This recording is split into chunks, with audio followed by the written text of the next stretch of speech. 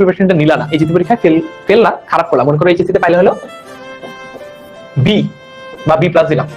তো এইচএসসি তে যদি বি পাও, অ্যাডমিশনে গিয়ে তুমি হয়তো বা চান্স পাইলা না, কোথাও ভর্তি হলা এলাকার ডিগ্রি কলেজে, বুঝছো?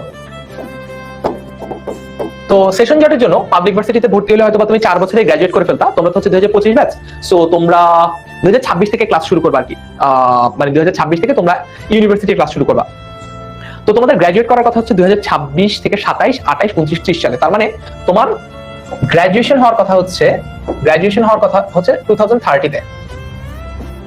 কিন্তু তুমি যদি কোন একটা ভালো সরকারি কলেজে, ভালো সরকারি ইউনিভার্সিটিতে চান্স পাবো, তুমি যদি এলাকার এরকম ডিগ্রি কলেজে পড়ো বা ন্যাশনাল ইউনিভার্সিটিতে পড়ো, ছোট করছি না কাউকে, জাস্ট একটু তোমাকে রিয়েলিটি চেকটা দিচ্ছি, এইচএসসির টাইমটাকে প্রপারলি কাজে না লাগালে কি হয় সেটা।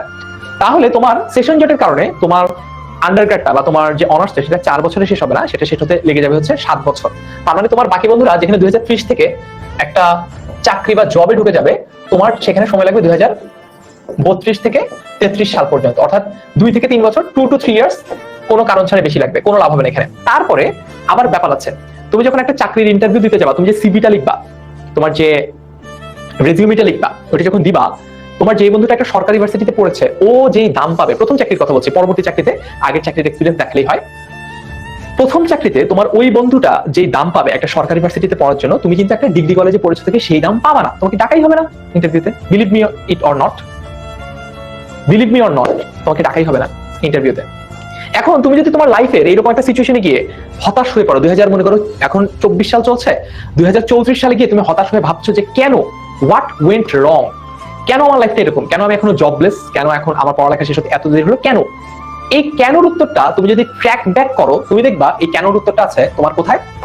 এই কেনর উত্তরটা তুমি পাবা তোমার এইচএসসি লেভেলে, অর্থাৎ তোমার 18 বছর বয়সে তুমি প্রপারলি যখন যেটা করার কথা ছিল তখন সেটা করো নাই দেখে তার কম্পেনসেশন, তার ক্ষতিপূরণ, অর্থাৎ 2024 সালে তুমি তোমার পড়ালেখা ঠিকঠাক মতো করার না কারণে 2034 পর্যন্ত গিয়ে তুমি সাফার করছো। বুঝতে পেরেছো? বোঝাতে পারলাম? আমরা কি বুঝতে পারছি? বুঝতে পারলে বলো যে ভাইয়া বুঝছি, আর দুষ্টুমি করবো না ভাইয়া, আর বাইক চাইবো না, এখন থেকে খালি পড়ালেখা করবো, ঠাড়া একদম সব করে ফেলবো। বুঝাতে পারলাম? ইয়াকিন পড়লাম তোমার কমেন্ট। আমি যেটা বুঝাচ্ছি বুঝিয়েছো? আমি যাহা বুঝাইয়াছি বুঝিয়াছো? বুঝছি, হ্যাঁ। হাবিবুন নাহার তামান্না বলছে বুঝছি, ভেরি গুড, বুঝছি ভাইয়া। নিমিকা সরকার বলছে ইয়েস ভাইয়া, বুঝতে পেরেছি। তাই না? তার মানে আমাদের এখন সিরিয়াস হতে হবে না? বলো। দেখো, আমি কিন্তু তোমাদের বাকি শিক্ষকদের মতো না যে কোর্সে তো ভর্তি হয়েছেই, আমি ওরে আমার পড়াই দিই, 18 বছর বয়সে। সত্যি কথা বলতে এত আমার কাছে এইসব ব্যাখ্যা টাখ্যা করার দরকারটা কি? আমার শুধু এত কথা বলে লাভ আছে? আমি তোমাকে শুধু যদি 18 বছর বয়স কবিতাটা পড়াই দিতাম তাইলেই কিন্তু আমার কাজ হয়ে যেত। কারণ তুমি এই কোর্সে ভর্তি হয়েছো মূলত বাংলা পড়ার জন্য, বাংলা পড়াই দিলাম, কাজ শেষ। কিন্তু তোমাকে যদি এই গ্রেট পিকচারটা, এই বিগার পিকচারটা এখনই আমি না দেখাই, তোমার কাছে কি মনে হয় 2024 ব্যাচের একদম শেষ পর্যন্ত এসে যখন আর মনে করো 1 সপ্তাহ সময় নাই, তখনও অনেক শিক্ষার্থীরা পরীক্ষা পেছান বলে তারা দাবি জানাচ্ছে। আমি অবশ্যই তাদের প্রতি রেসপেক্টফুল, আমি কাউকে ডিসরেসপেক্ট করবো না, কাউকে ছোট করবো না।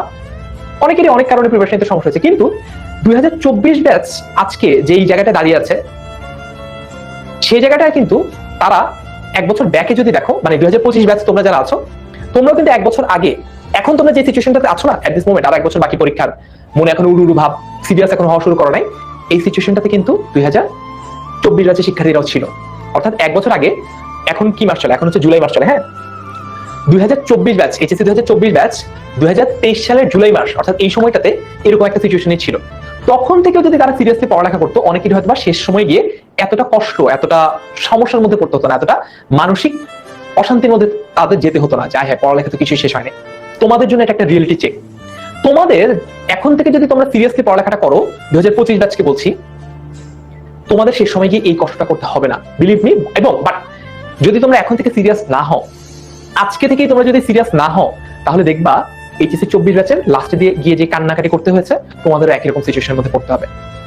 তাহলে কি করতে হবে? আজকে থেকে বাইক, ড্রেস, কসমেটিক্স ইত্যাদি যাবতীয় আলাপ বাদ দিয়ে শুধুমাত্র পড়ালেখা করতে হবে। দিনে যদি তুমি 6 ঘন্টা ঘুমাও, বাকি যে 18 ঘন্টা বাকি আছে, এই 18 ঘন্টার মধ্যে তুমি সর্বোচ্চ চেষ্টা করো পড়ালেখা করতে, কারণ তোমার জীবনের এই সময়টা সবচেয়ে মূল্যবান। ভার্সিটিতে সত্যি কথা বলতে ভার্সিটিতে যে যাই বলুক এইচএসসির চেয়ে একটু হলেও বেশি চিল করার সুযোগ আছে ভার্সিটিতে, একটু রিল্যাক্স করার সুযোগ আছে সত্যি কথা বলতে।